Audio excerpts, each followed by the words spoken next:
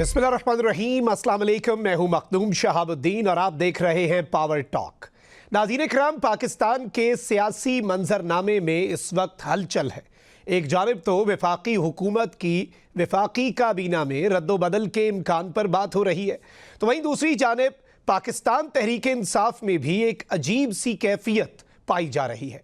एक जानिब तो पार्टी रहनुमाओं के सही तरीके से खुलकर मज़ाहमत ना करने को लेकर इमरान खान के अहले खाना का मंजरेआम पर आना, और फिर पार्टी के अंदर से ही मौरूसी सियासत के खिलाफ आवाज़ उठ जाना पाकिस्तान तहरीक इंसाफ के लिए भी बड़ा चैलेंज है। तो वहीं दूसरी तरफ आज़ाद जम्मू कश्मीर के इलेक्शन भी सर पर हैं। कौन वहां पर बाजी मारेगा, ये सवाल भी अपनी जगह पर है। और सिंध में एमक्यूएम और पीपल्स पार्टी के दरमियान भी तनाव बढ़ता जा रहा है। इन तमाम तर चीज़ों को डिस्कस करते हैं। प्रोग्राम में हमारे साथ मौजूद हैं सीनियर रहनुमा पाकिस्तान पीपल्स पार्टी कमर जमान कायरा साहब, और हमें ज्वाइन कर रहे हैं पाकिस्तान तहरीक इंसाफ के सीनियर रहनुमा अली बुखारी एडवोकेट साहब। आप दोनों मेहमानों का बहुत बहुत शुक्रिया। सबसे पहले कायरा साहब आपकी जानिब आऊँगा। इस वक्त मुल्क में काफ़ी कुछ चल रहा है, और एक तरफ तो सिंध की अगर हम बात करें तो वहाँ पर एमक्यूएम गवर्नरशिप चाह रही है। नून लीग के पास तो आ चुकी, बट एमक्यूएम वांट्स कि सिंध में उनका भी कोई ना कोई इन्फ्लुएंस हो। पीपल्स पार्टी इसे किस तरह से देखती है, एमक्यूएम के इस मुतालिबे को? जब ये गवर्नमेंट फॉर्म हुई थी जी, तो हमारा मुस्लिम लीग के साथ एक एग्रीमेंट हुआ था, और उस एग्रीमेंट में बहुत सारी चीजें थी जिन पे अमल दरामद होना था। कुछ पे हो गया, कुछ पे हमें गिला शिकवे अभी भी कायम है। एक पॉइंट उसमें ये था कि जहाँ पे हमारे चीफ मिनिस्टर हैं वहाँ मुस्लिम लीग के गवर्नर होंगे, और जहाँ मुस्लिम लीग के गवर्नर्स हैं, चीफ मिनिस्टर्स हैं, या पंजाब में और केपी में अगर पीटीआई का है तो वहाँ हमारे गवर्नर होंगे। ये बाकायदा एक मुआहदा हुआ था, और उस मुआहदे के नतीजे में ये भी तय हुआ था कि मुस्लिम लीग अपना बंदा, सिवाय एक के, अपना बंदा यानी मुस्लिम लीगर ये अपने पास होता रखेंगे। ये तय हुआ था। जब ये गवर्नमेंट फॉर्म हुई तो पिछले गवर्नर साहब कंटिन्यू कर रहे थे, उन्हें मुस्लिम लीग ने ऑन किया रखा, क्योंकि वो पीटीआई अपने एमक्यूएम उनको ऑन कर रही थी। पहले तो वो नहीं करते थे, फिर ऑन करना शुरू हो गए।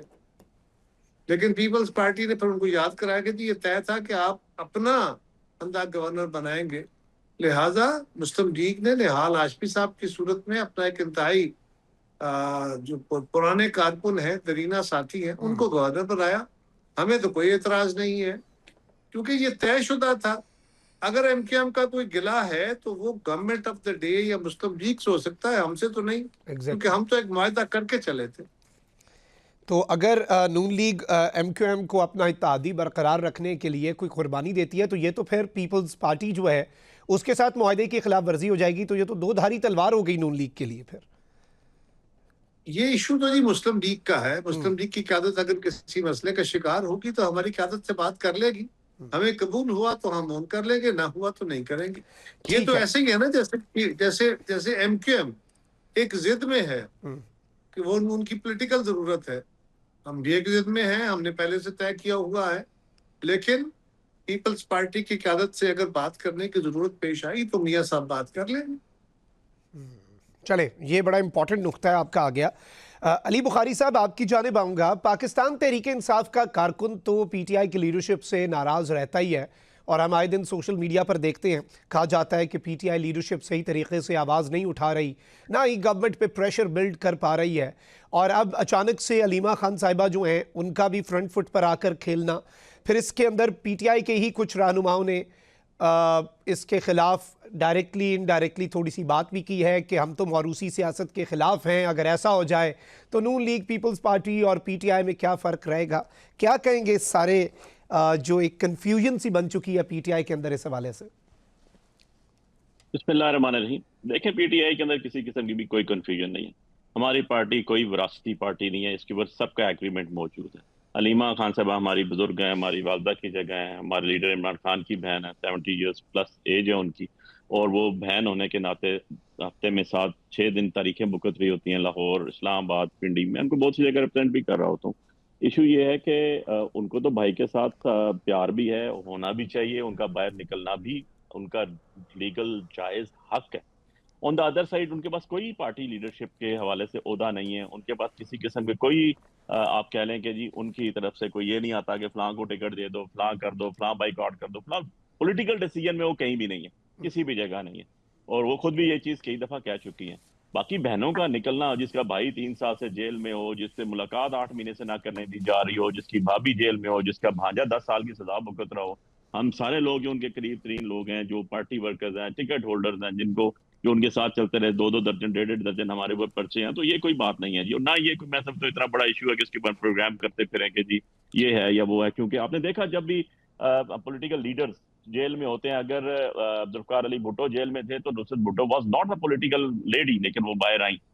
जैसे नवाज शरीफ साहब जब जेल के अंदर थे तो उनकी वाइफ जोजा मोहतरमा जो है वो बाहर आई और उन्होंने लीड किया, जबकि वो पॉलिटिकल फिगर नहीं थी और बाद में भी नहीं रही।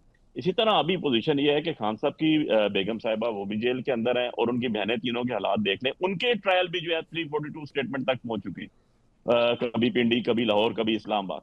सो कहने का मकसद ये है कि उनका बाहर आना फितरी अमल है और उसके साथ लोगों का खड़ा होना भी फितरी अमल है। बाकी यहाँ से मैं आपसे डिसएग्रीमेंट करता हूँ कि जी वर्कर्स को एहतजाज है या वर्कर्स को कोई इसके ऊपर रिजर्वेशन है, कभी भी नहीं है।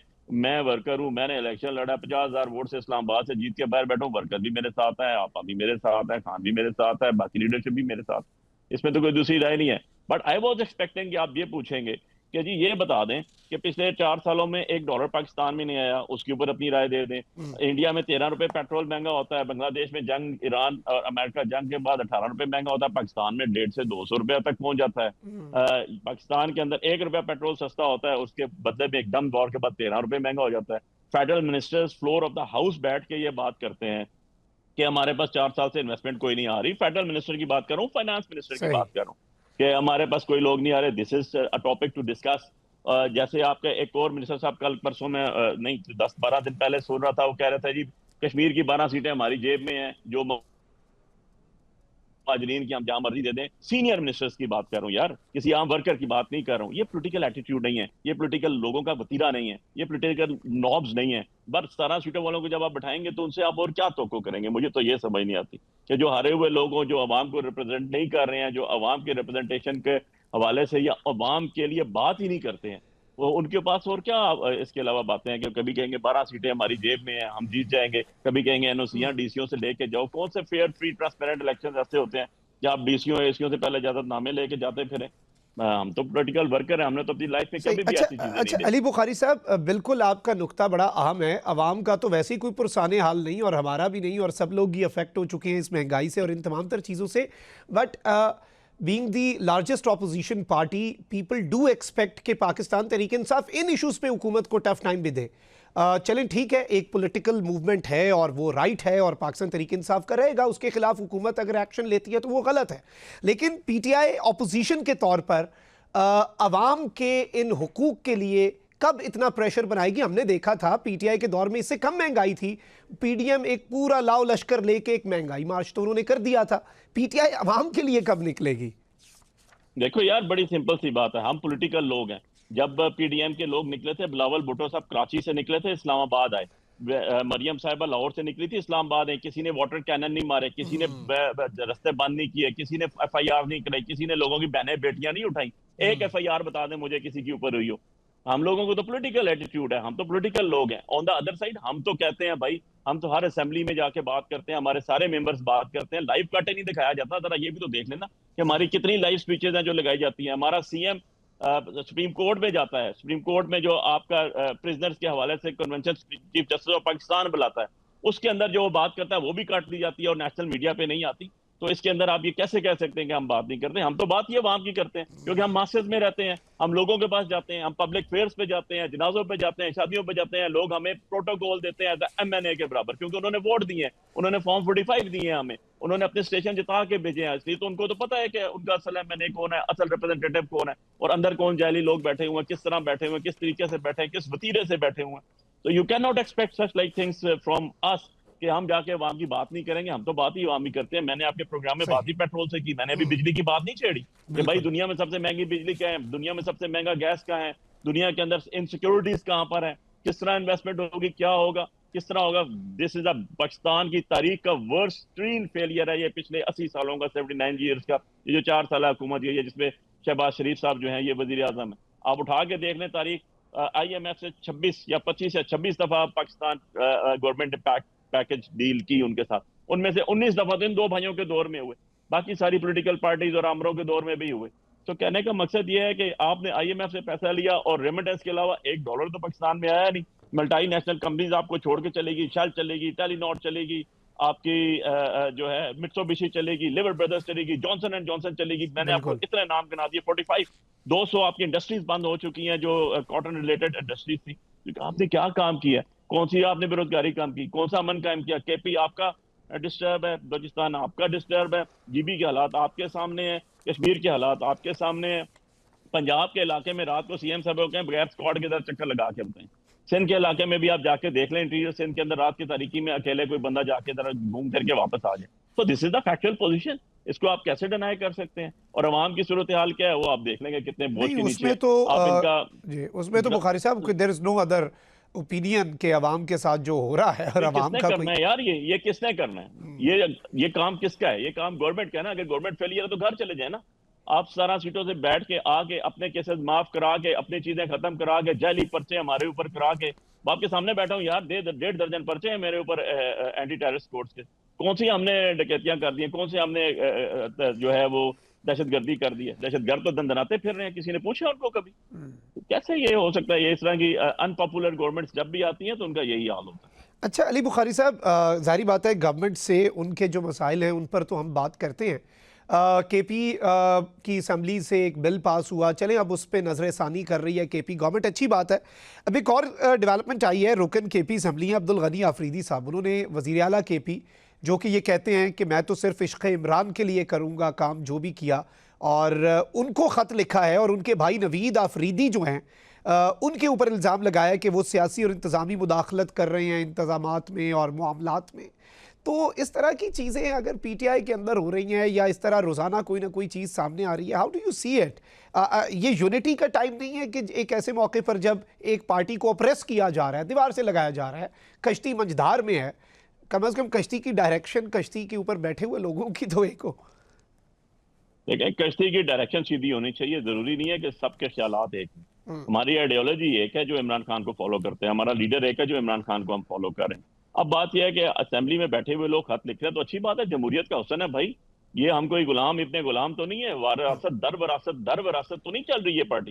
ये तो पॉलिटिकल पार्टी है, कल मुझे इख्तिलाफ होगा, मैं भी किसी जगह लिखूंगा, मैं कोई चीज गलत लिखूंगा तो वो भी मैं देखूंगा तो मैं वो भी लिखूंगा कि भाई ये CM साहब गलत हो रहा है। इसमें तो ये अच्छी बात है, अप्रिशिएटेबल बात है। और जो पहली बात आपने की इसके अंदर वो ये आपने की कि जी जो बिल पास हुआ, यार मुझे ये तो बता दो और दिल पे हाथ रख के बता दो, एक सूबे की वजीर आला है, वो पाकिस्तान एयरफोर्स के जहाज के ऊपर जाती है, एग्जीबिशंस पे जाती है, एग्जीबिशंस पे जाके वहां पर पूरे एग्जीबिशन अटेंड करती है, वो 12 अरब का जहाज खरीदती है, बाहर जाती है। दूसरे सूबे का वजीर आला है, उसको आप उमरा करने भी नहीं जाने देते, उसका पासपोर्ट जो है नाम उसका ब्लैक लिस्ट में डला हुआ है, नो फ्लाइंग लिस्ट में डला हुआ है, ECL में डला हुआ है। ये कौन सा कानून है यार? ये कौन सा जो है मसावात है? ये कौन सी जो है इक्वालिटी है? ये कौन सा किसी मुल्क का जो है कॉन्स्टिट्यूशन फॉलो किया जा रहा है? तो अगर उन्होंने ये किया तो क्यों ना करें भाई, वो अपने आप को प्रोटेक्ट भी ना कर सके, जो लोगों को प्रोटेक्ट क्या करेंगे जो अपने आप को प्रोटेक्ट नहीं कर सकते। ब्लू पासपोर्ट पे तो ये भी बताया, ब्लू पासपोर्ट पे एक MLA साहब के बेटा जाके असाइलम लेके बैठ गया, ये तो किसी का नहीं होना चाहिए। मैं तो भाई ये नहीं होना चाहिए ना, नहीं होना चाहिए तो ये नेशनल असेंबली में भी नहीं होना चाहिए ना। ये प्रेसिडेंट पहले की बनी हुई है, हमने नहीं बनाई, ये भी देख लीजिएगा,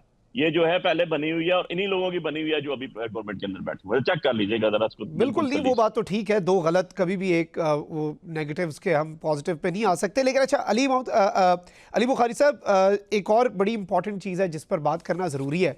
आज़ाद जम्मू कश्मीर के इलेक्शन से क्या एक्सपेक्ट कर रहे हैं आप? सर पे आ चुके हैं, क्या वहाँ पर PTI को कोई मिल रहा है लेवल प्लेइंग फील्ड, कोई फ्री एंड फेयर इलेक्शंस के चांसेस हैं? यार मैं तो उस कमेटी में था, बिल्कुल स्ट्रेटजी थी हमारी जी, मैं उस कमेटी में था जो अपीलेट बोर्ड कमेटी थी टिकट्स देने वालों के अंदर। हमने कश्मीर वालों से सारा डिस्कस किया, जो कश्मीर के हमारे सदर हैं पार्टी के, जो सबका वज़ीर आज़म है, जो पिछले 45 साल से कश्मीर की पॉलिटिक्स कर रहे हैं और MLA रह रहे हैं। हमने एक एक चीज पिन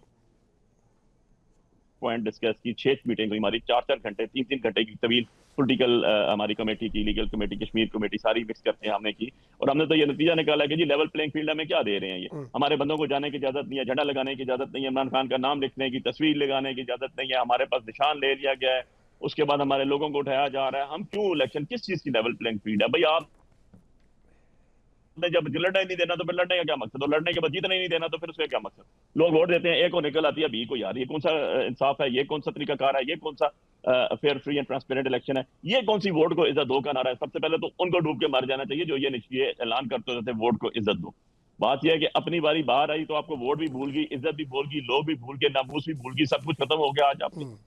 तो कहने का मकसद ये है कि आप आज बैठे हुए हैं वहां पर, और हमने तो उसके अंदर बड़ा क्लियर इंस्ट्रक्शंस दी। हमारी पार्टी ने यूनानिमस ऑलमोस्ट डिसीजन हुआ, 27 में से 23 बंदों ने कहा कि जनाब हमने इलेक्शन का बाइकआउट करना है, क्योंकि कश्मीरी अवाम नहीं लड़ रही। कश्मीरी अवाम ने वहां पर इलेक्शन का बाइकआउट किया हुआ है। जब कश्मीर की वाज़ेह अक्सरियत के लोग जो है वो कहते हैं कि जी हमें इलेक्शन में नहीं जाना, हम इन पार्टीज को नहीं मानते हैं, तो हम और उनके मुतालबात क्या हैं? वो बाकी मुतालबात तो अपनी जगह छोड़ देना। एक जो 12 सीटों वाला था, अगर वो आपने मुहाजिरीन को देनी है, वो तो ये कहते हैं ना कि बाहर से दे दी जाते हैं, और जब एक सीनियर 3 मिनिस्टर बैठे कहे कि 12 सीटें हमारी जेब में हैं, जिसको चाहे हम दें, तो 33 के साथ 12 ऐड करें, जिस तरह वो 12 जाती हैं भाई, उस तरह हुकूमत चली जाती है। तो कहने का मकसद है देनी है, आप दें उनको, कहें वहां जाके लड़े इलेक्शन अपने लोगों में। मुझे बता दें कि आजाद कश्मीर के अंदर एमक्यूएम की कौन सी वहां पर वोट है? आजाद कश्मीर के अंदर एमक्यूएम में क्या शनाख्त है, कौन सा वहां पर उनका ऑफिस है? लेकिन 1-2 बंदे उनके कराची से जिता दिए जाते हैं। तो ये चीजें तो एक्सेप्टेबल होनी भी नहीं चाहिए, किसी पोलिटिकल वर्कर को नहीं होनी चाहिए, क्योंकि हम तो ये स्लोगन लेकर आए हैं कि भाई fair free and transparent election कराओ, तो उसके बाद ही काम हो सकता है, अदरवाइज मुल्क आगे नहीं जा सकता। ये it's a wipeout. It's a wipeout, complete wipeout of the A J K elections.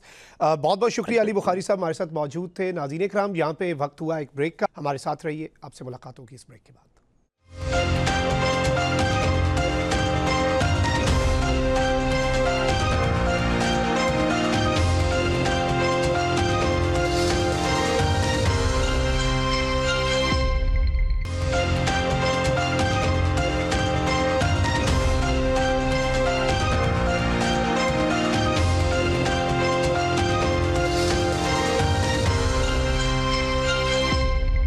Welcome back after the break. नाज़रीन कराम, इस वक्त मशरिक़ वस्ता की सूरत हाल एक मरतबा फिर तशवीशनाक हो चुकी है। अमरीका ने बाज़ाब्ता तौर पर यह ऐलान किया कि मुज़ाकरात तो होंगे लेकिन सीज़ फायर ख़त्म हो चुका है, और अब ईरान की तरफ से भी इसी तर्ज का एक बयान जारी हुआ है कि अब किस तरह का MOU और कौन सा MOU। इसके साथ ही साथ दोनों ममालिक के एक दूसरे की तनसीबात पर हमले भी जारी हैं, और ये हमले भी अब एक इंतहाई ख़तरनाक रुख इख्तियार करते जा रहे हैं, और मिडल ईस्ट कॉन्फ्लिक्ट एक मरतबा फिर सर उठा चुका है। इसी पर बात करते हैं। प्रोग्राम में हमारे साथ मौजूद हैं दिफाई तज्जियाकार ब्रिगेडियर रिटायर्ड गजनफर अली साहब, और हमें ज्वाइन कर रहे हैं IR expert professor Tahir Malik साहब। आप दोनों मेहमानों का बहुत बहुत शुक्रिया। सबसे पहले ब्रिगेडियर साहब, किस तरह से देख रहे हैं लेटेस्ट एस्केलेशंस को जो मिडल ईस्ट में हुई हैं ईरान और अमेरिका के दरमियान? एंड ऑब्वियसली ईरान जिस तरह से रिस्पॉन्ड करता है, इस मरतबा उसने कुछ सरप्राइज भी दिए, सिर्फ टिट फॉर टैट की पॉलिसी कि अमेरिका ने स्ट्राइक की और ईरान ने जवाब दे दिया। इस दफ़ा कुछ अटैक स्पेशली कुवैत वाला ईरान ने इनिशिएट भी किए हैं, तो ईरान भी एक ऑल आउट वॉर का मैसेज दे रहा है। How do you analyse this situation? जी बिस्मिल्लाहिर्रहमानिर्रहीम।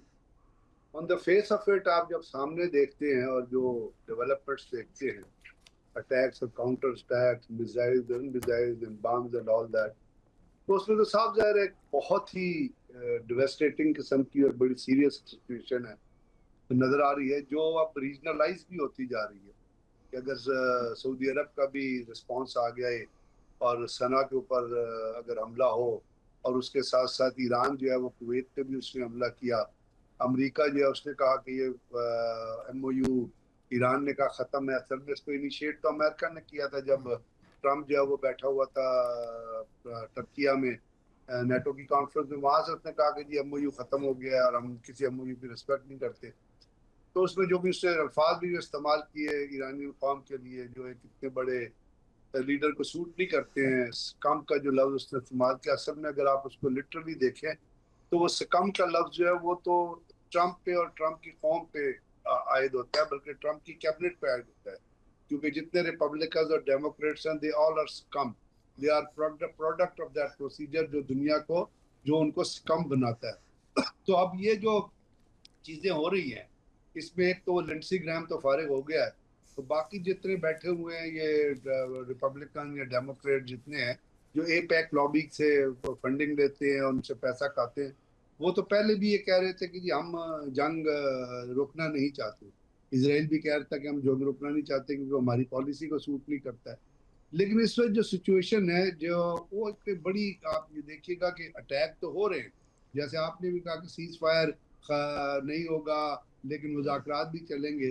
तो एक पेंटागन की एक बड़ी क्लोज डोर ब्रीफिंग हुई है, उसकी कुछ लीक सामने आ रही हैं। वो कुछ अपना क्रिस मर्फी साहब हैं, उनका एक बयान आ रहा है, 3-4 और सेनेटर्स हैं उनका, वो दे आर ऑल्सो कंफ्यूज। वो कहते हैं कि जब इस जंग में होगा क्या, ये तो बहुत बुरी तरीके से अमेरिका फंस गया, अब इस जंग से निकलेगा किस तरह। और यही सवाल है जो ट्रंप जो है, जिसकी वजह से आपको इतना साइकोपैथ नजर आता है, बिकॉज वो इस चीज को एक्सेप्ट करने को तैयार नहीं है कि अमेरिका को एक स्ट्रेटेजिक डिफीट हो गई है और चाइना को एक स्ट्रेटेजिक विक्ट्री हो गई है। अब चाइना जो है वो सबजुगेट नहीं, अपना सॉरी ईरान जो है वो सबजुगेट नहीं कर रहा। तो अब जब ईरान सबजुगेट नहीं कर रहा, अमेरिका जो है वो तैयार है कि मैं और अटैक करूंगा, तो सोचने की बात यह है, इंसान का दिमाग ये सोचता है कि होने क्या जा रहा है। एक तो उसका जवाब ये आता है कि वही होता रहेगा जो आपको नजर आ रहा है, कि वो भी अटैक करे, वो भी मिसाइल मारेंगे, ये भी बम मारेंगे, वो भी बम मारेंगे। दूसरी चीज रिलेटेड जो सवाल उठता है वही अमेरिका का कंसर्न क्या था over a period of time, या इजराइल का क्या कंसर्न था। तो उनका कंसर्न तो था न्यूक्लियर बम तो रह गया पीछे, क्यों तो ईरान ने कहा हम नहीं बना रहे। दूसरा उनका कंसर्न था जो एनरिच्ड यूरेनियम है। अब क्या इस अटैक से उस एनरिच्ड यूरेनियम जो 450 केजी है, 440 केजी, क्या उसका कोई मसला हल हो जाएगा? उसका भी मसला हल नहीं होगा। इसकी जहाँ फिरदौस या नंता जहाँ पे भी वो है, उसको ईरान ने और सिक्योर पोजीशन में शिफ्ट कर लिया है। और वो 2000 पाउंड का आपने बस्टर बम ही मारा, तो तब भी उसको कोई नुकसान नहीं पहुंचा। हाँ, सैमुअल हर्ष की एक स्टोरी आई है जरूर, जिसमें उन्होंने कहा कि जी जो यूरेनियम है उसको नुकसान पहुंचा है, उसकी कोई डाइल्यूशन हो गई है, लेकिन on the face of it तो इसका कोई जो है वो सबूत नजर नहीं आ रहा। अब जब वो भी नहीं होगा और पहले भी कुछ नहीं हुआ, तो बात यह है कि दुनिया का एक असूल है, वॉरफेयर का एक असूल है, और उस वॉरफेयर के असूल को बहुत सारे लोग अमेरिका में भी कोट कर रहे हैं कि जब तक आप फिजिकली किसी मुल्क पे हमला नहीं करते, ग्राउंड ऑपरेशन नहीं करते, ग्राउंड ऑपरेशंस के जरिए किसी को कैप्चर, उस वक्त तक जंग का मामला किसी भी अमेरिका जैसे मुल्क या किसी भी मुल्क के लिए कोई विक्ट्री परेड पे या विक्ट्री स्टैंड पे हल नहीं हो सकती। अगर यहाँ पे आप पहुंचते हैं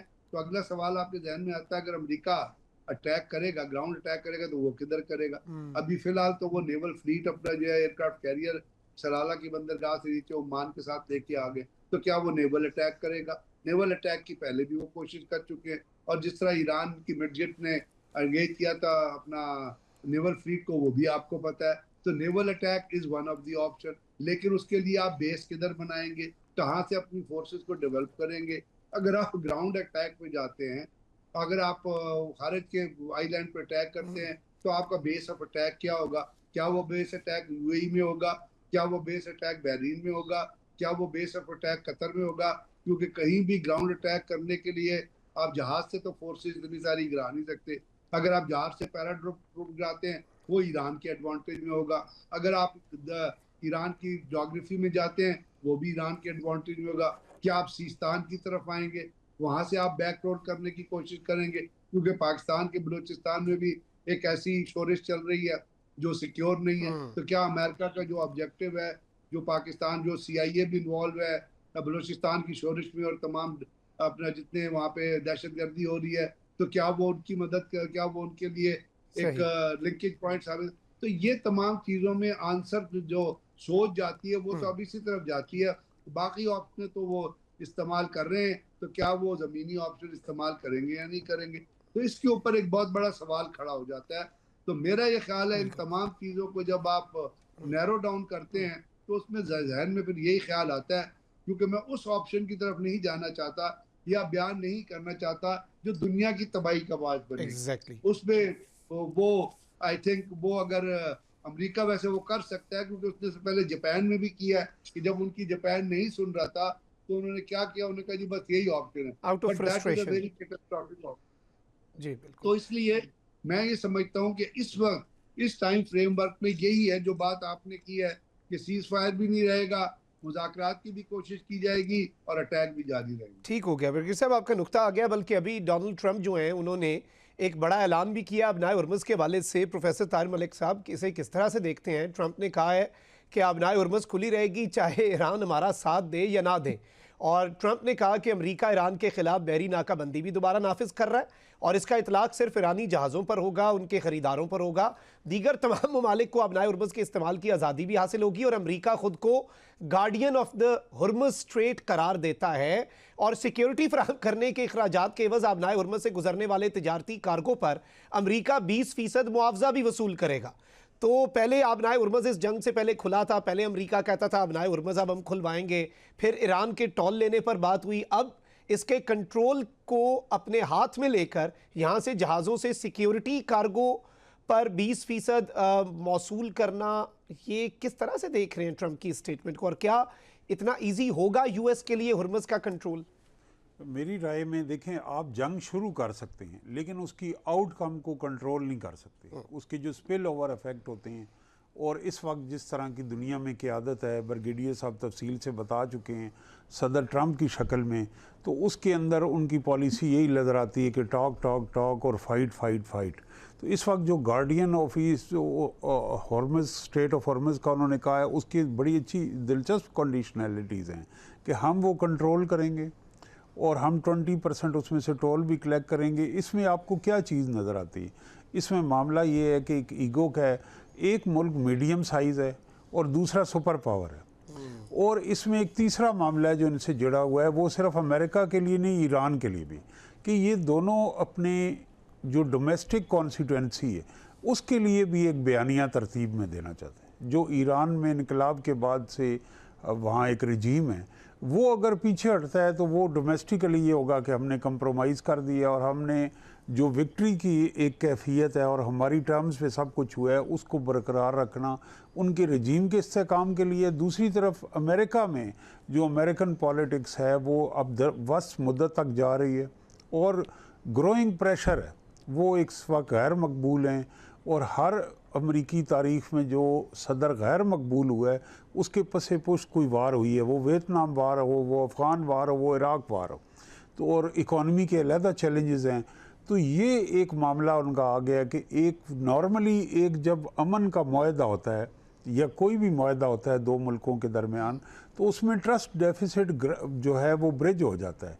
तो एतमाद का जो फुकदान है वो इस मुआहदे के बाद इससे कबल वो फिल नहीं हुआ, और दूसरा ये कि इसमें कोई गारंटर नहीं है, और जो इवन जिन मुल्कों ने इसमें रोल प्ले किया उसमें पाकिस्तान सर फहरिस्त है, सऊदी अरेबिया है और मशरक़ वस्ती, वो बहुत सारे गल्फ़ के मुल्क जो हैं वो इसकी लपेट में भी आ गए हैं, वहाँ भी स्ट्राइक्स हो रहे हैं। तो इसलिए ये अब जंग जो है फैलती दिखाई दे रही। जो इसका तीसरा पहलू है कि अभी आलमी मईशत संभली थी इस इतनी बड़े टर्मोइल से, फॉल आउट से, सप्लाई चेन इसकी मुतासर हुई, एनर्जी सेक्टर मुतासर हुआ। वो अगर इस मुआहदे के बाद अब जंग ना भी होती तो 4 से 6 माह लगने थे उसको संभलने। अब आपने नई एक अनसर्टेनिटी ला दी है। अब ये जो सदर ट्रंप ने बयान दिया, मेरी तो है दुआ है कि ये आखिरी बयान हो उनका, जो भी वो देखते हैं हम उनके नया एक ट्वीट आ जाता है और वो अमेरिकन पॉलिसी उसमें ज़ाहिर होती है, और उसमें एक चीज़ आती है कि कैंसिल माई लास्ट अनाउंसमेंट। शुरू में उन्होंने कहा कि हम वहाँ रजीम चेंज के लिए जा रहे हैं, फिर उन्होंने कहा कि हम न्यूक्लियर प्रोग्राम को ख़त्म ऑब्लिटरेट करने जा रहे हैं, फिर उन्होंने कहा कि हम सिविलाइजेशन को ईरान की तबाह करने जा रहे हैं। तो इस वक्त जो उनके वहाँ वार प्लानर से मिले जंगी हिकमत अमली को, उनको 2 चीज़ें उन्होंने बड़ी मिस कैलकुलेट की। एक ये कि ईरान का रिस्पांस क्या होगा स्ट्रेट ऑफ हॉर्मज़ को लेके, उसको उन्होंने जियोग्राफिकल जो लिमिटेशंस हैं उसको बहुत अच्छे तरीके से ईरान ने खोला, और दूसरा जो गल्फ़ में इत्तेहादी हैं अगर उनको अटैक किया गया तो फिर उनका तहफ़्फ़ुज़ अमेरिका कैसे देगा। तो अब ये होना ये चाहिए था कि जब एक आपका मुआहदा हो गया और उसमें 60 डेज़ का टाइम है, अगर आप मखदूम साहब इस्लामाबाद तो उसकी MOU को देखें तो 60 डेज़ के टाइम, अभी उसकी स्याही भी खुश्क नहीं हुई थी मुआहदे, 21 अगस्त तक का टाइम है और उस टाइम के अंदर आपको रिस्ट्रेन, डीमिलिटराइजेशन और ट्रस्ट बिल्डिंग के लिए ये हो सकता था कि ईरान के जो पैसे फ्रीज हैं वो किए जाते और उनके साथ नेगोशिएशन की जाती। उसके बजाय आपने उनको स्पेस नहीं दी। कुछ गलतियाँ ईरान से हुई और ज़्यादा जो है अमेरिका से हुई। अब हम यहाँ पहुँच गए हैं कि जहाँ मैं समझता हूँ कि आज जो वज़ीर आज़म का दौरा है वो बड़ा अहम है कि कतर का एक बीच में की रोल था और इसमें मियाँ नवाज शरीफ भी साथ गए हैं, उनके पर्सनल टाइज़ हैं। उसमें जो हमारे आर्मी चीफ हैं, चीफ ऑफ फील्ड मार्शल हैं, वो भी बिहाइंड द सीन बहुत एक्टिव हैं। लेकिन इस वक्त सदर ट्रंप की जो अनप्रेडिक्टेबिलिटी है वो आड़े आ रही है। एग्जैक्टली कि कैसे वो उसको ओवरकम करके और वो स्टेटमेंट्स पे भी कंट्रोल नहीं है। मतलब बड़ी ही अजीब सी स्टेटमेंट्स हम ईरान में, तेहरान में मौजूद थे, कवरेज कर रहे थे, उसी दौरान स्टेटमेंट आ गई कि मैं चाहता तो पूरी जनाजा गाह को उड़ा देता, but I am a very nice person so I won't do. हाँ, मेरे ख्याल से वो जो कुछ होता है कि डिप्लोमेटिक आप देखते हैं कि नाइसिटीज़ और उसी एक लेवल होता है हेड ऑफ स्टेट का। तो मैं आपका देखता रहूँ, आपने बड़ा अच्छा वहाँ से कवर किया।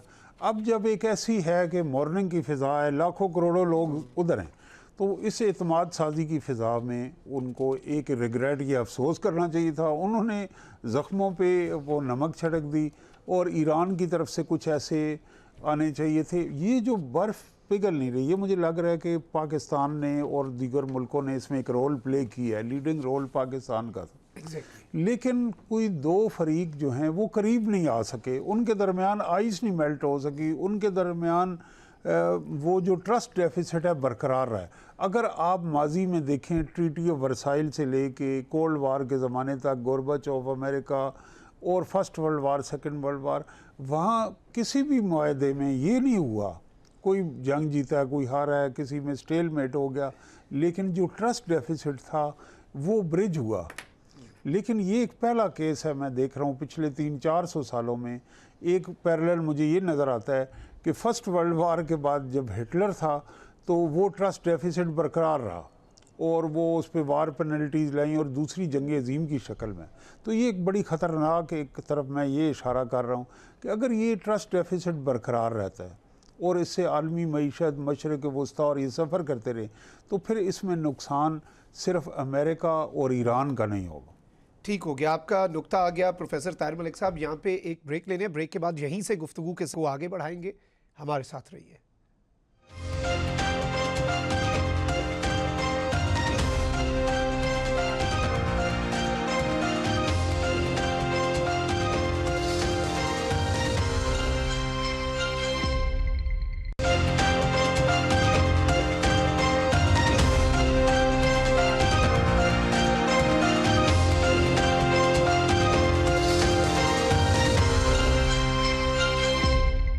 Welcome back after the break. बात हो रही थी मशरक़ वस्ता की सूरत हाल पर। ब्रिगेड साहब, आपकी जानिब आऊँगा, आप किस तरह से देख रहे हैं ट्रंप क्या अबनाए हुर्मुज़ का मुकम्मल कंट्रोल संभाल पाएगा? जो ट्रंप ने कहा है कि अब यूनाइटेड स्टेट्स जो है वो guardian of the Hormuz straight है, तो क्या ये इतना ही आसान होगा? IRGC के हाथ पे हाथ रख के बैठ जाएगी या पीछे हट जाएगी, या अमेरिका मुकम्मल तौर पे IRGC की नेवी को ख़त्म कर पाएगा? अभी तक तो नहीं कर पाया इस जंग में। प्रैक्टिकली आपको लगता है कि US के लिए पॉसिबल होगा अपनी इस अनाउंसमेंट को अमली जामा पहनाना? मिलिटरीली तो पॉसिबल नहीं है, और अगर इस किस्म की चीज़ करने की कोशिश की गई तो वहाँ पे एक नई पावर स्ट्रगल का और एक नई कन्फ्रंटेशन का और एक नई उसी के अंदर गल्फ के अंदर एक नई जंग का आगाज हो जाएगा जो नेवी के से रिलेट करेगी। इसलिए कि आई डोंट नो सेंटकॉम ने क्या ब्रीफ किया ट्रंप को। इससे पहले जब उन्होंने स्टेट को कंट्रोल किया था या स्टेट के ऊपर ट्रैफिक पे पाबंदी लगाई थी, तो उन्होंने अपना ब्लॉकेट लगाया। तो आज उसने कह दिया कि मैं उसका मतलब उस जो कंट्रोल का मतलब गालमन उसने इस तरह एक्सप्लेन किया है कि हम दोबारा स्टेट ऑफ होर्मुज़ को ब्लॉकेट कर रहे हैं और हम वहाँ से ईरान में जो जहाज जाएंगे उनको नहीं जाने देंगे, बाकी नेशन जो हैं वो जा सकेंगी, हम वहाँ पे टॉल लेंगे या हम वहाँ से पैसे कमाएंगे। तो बात ये जहाँ तक तो बदमाशी का लेवल जाता है, तो वो अगर पीछे खड़े होके वहाँ पे टॉल ले भी लेंगे, तो फिर आगे स्टेट ऑफ मोहम्मद में IRGC भी बैठी हुई है, तो वो फिर उस जहाज को नहीं गुजरने देंगे जिससे वो टॉल लेंगे, तो एक डबल कन्फ्रंटेशन जो है वो पैदा होगी। जहाँ तक स्टेट आपको पता है वाइडेस्ट पॉइंट्स में वो 42 नॉटिकल माइल है और नैरोस्ट पॉइंट में वो 22 नॉटिकल माइल्स है, और ओमान और ईरान उसको कॉमनली शेयर करते हैं। तो ओमान तो ये इंडिया दे चुका है कि they are not in favour के जो उस पे स्टेट ऑफ मोहम्मद में कोई टॉल लगाया जाए, और अगर वो इस चीज में है और ईरान अगर टॉल नहीं लगा रहा तो फिर इसको अमेरिका किस तरह उससे पैसे कमा सकता है, ये मुझे लॉजिक उसका समझ नहीं आता। लेकिन चूंकि ट्रम्प जो है वो बात बगैर लॉजिक के करता है, और शातिर तो वो बहुत है, मतलब वो चीजें वो करता है, वो करना चाहता है जिससे वो दुनिया को ये पैगाम दे कि he is overall in charge of the whole world, यानी पूरी दुनिया जो है वो उसके अंगूठे के नीचे से चल रही है। बावजूद इसके कि चाइना ने उसको बता दिया कि रास्ता न खो, और उसके बाद रशिया ने भी, पुतिन ने भी उसको कहा कि जी अपना अपना काम करो, और उसने कहा था कि मैं एक दिन में रशिया की वॉर रुकवा दूंगा, वो भी नहीं हुआ। तो बात इस वक्त जो आके जहाँ पे खत्म होती है वो ये है कि मिलिटरी तो ये पॉसिबल नहीं है कि वो इस चीज को लेके आगे चले।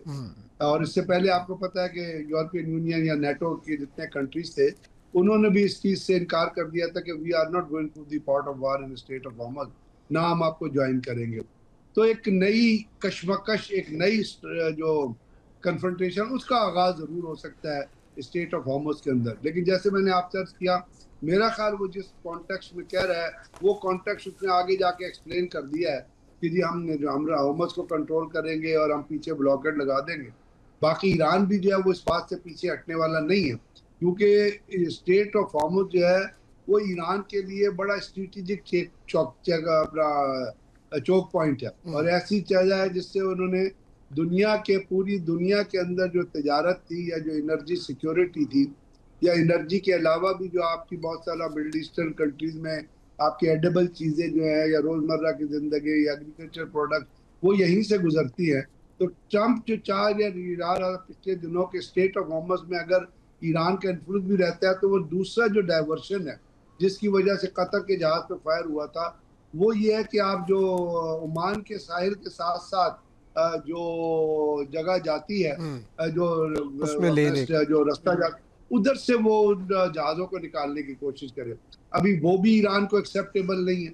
सो बात ये है कि अगर इस टॉक के अंदर कोई फैसला हो सका, नहीं तो ईरान की तरफ से भी और अमेरिका की तरफ से भी, और जो चीज़ें जा रही है, क्योंकि अमेरिका की तरफ से जब इसराइल में बमबारी होती है तो वो इसराइल का मकसद तो ऑटोमेटिकली सर्व हो जाता है ना, फिर इसराइल ना भी बम फेंके तो अमेरिका उसका जो मकसद है वो पूरा कर रहा है। बावजूद इसके कि अमेरिका के अंदर आवाज़ें, बहुत स्ट्रॉन्ग आवाज़ें उठ रही हैं। आपने पीएस मॉर्गन को सुना होगा, आपने टकर कार्सन को सुना होगा, जो इस वक्त अमेरिका की हुकूमत को literally they are not criticising, they are abusing, they are against all those policies जो ट्रम्प साहब इम्पोज करने की कोशिश कर रहे हैं। तो इसके बावजूद अगर वो इस चीज़ को लेके चल रहा है तो मकसद ये है कि फिर एक ही मकसद नजर आता है, और वो मकसद ये है कि ज़ियोनिस्ट लॉबी का जो एक एम है, या न्योकॉन क्रिश्चियन और ज़ियोनिस्ट लॉबी का जो एम है कि किसी ना किसी तरह से ईरान जो एक रेजिस्टेंस है ग्रेटर इसराइल की, और बहुत बड़ी रेजिस्टेंस है, उसको तबाह बर्बाद किया जाए। बाकी ये रिजीम चेंज और ये चीज़ें ये पेरिफेरल मिशन स्टेटमेंट्स हैं। बुनियादी तौर पे ये है कि किसी ना किसी जो मर्जी करो, ईरान को किस तरह तबाह करो, जिस तरह लिबिया को तबाह किया था, जिस तरह इराक को तबाह किया है। अब इराक और लिबिया की तरह तो ईरान ने रिएक्ट नहीं किया, ईरान ने तो अपने हिसाब से रिएक्ट किया है। अब आप इसमें ईरान की गलती चाहे निकाल लें, आप कह लें कि उन्होंने कतर के जहाज पे क्यों फायर किया, या उन्होंने KSA पे क्यों फायर किया, या आज उन्होंने कुवैत में क्यों फायर किया, लेकिन यहाँ भी ये भी सवाल पैदा होता है कि जब आप किसी को थप्पड़ मारेंगे तो वो अपनी सर्वाइवल के लिए कुछ तो करेगा, और वो सर्वाइवल जो है वो कोई बातों से तो होती नहीं है, या वो कोई आप लेक्चर से तो आप सर्वाइवल को सस्टेन नहीं कर सकते, फिर आपको ईंट का जवाब पत्थर से या पत्थर का जवाब ईंट से देना तो पड़ता ही है। बिल्कुल। तो ये कंपल्शन है, एक कंपल्सिव रिएक्शन है जो ईरान की तरफ से होता आपको नजर आ रहा है। अगर आज अमेरिका इस बमबारी को बंद कर दे तो आई एम श्योर ईरान भी इस बमबारी को बंद कर देगा। लेकिन यहाँ सवाल ये पैदा है क्या डोनाल्ड ट्रंप की ये इंटेंट है क्योंकि आपको पता है पीट हेग्सेट से लेके नीचे तक चले जाए सारे वो ज़ियोनिस्ट हैं जो इस वॉर के फेवर में हैं, और सारे वो है जो इस वॉर को जारी रखना चाहते हैं। अदरवाइज अगर वॉर रोकनी होती तो अभी तक अमेरिकन कांग्रेस बहुत बड़ा रोल प्ले कर चुकी होती, but they are not doing it. तो यहाँ लिंडसी ग्रैम जैसे वो लोग थे जो हाईली जॉनेस्ट थे, और मेरा ख्याल उसको हार्ट अटैक भी इसीलिए हुआ है कि ईरान जीत गया। तो बहरहाल जो भी चला गया, तो जो कुछ भी है, अब इस वक्त जो सिचुएशन है उसमें तो आप ये समझ लें कि ये पॉइंट ऑफ नो रिटर्न तो नहीं है, लेकिन पॉइंट ऑफ ब्लॉकेट पे आप पहुंच चुके हैं।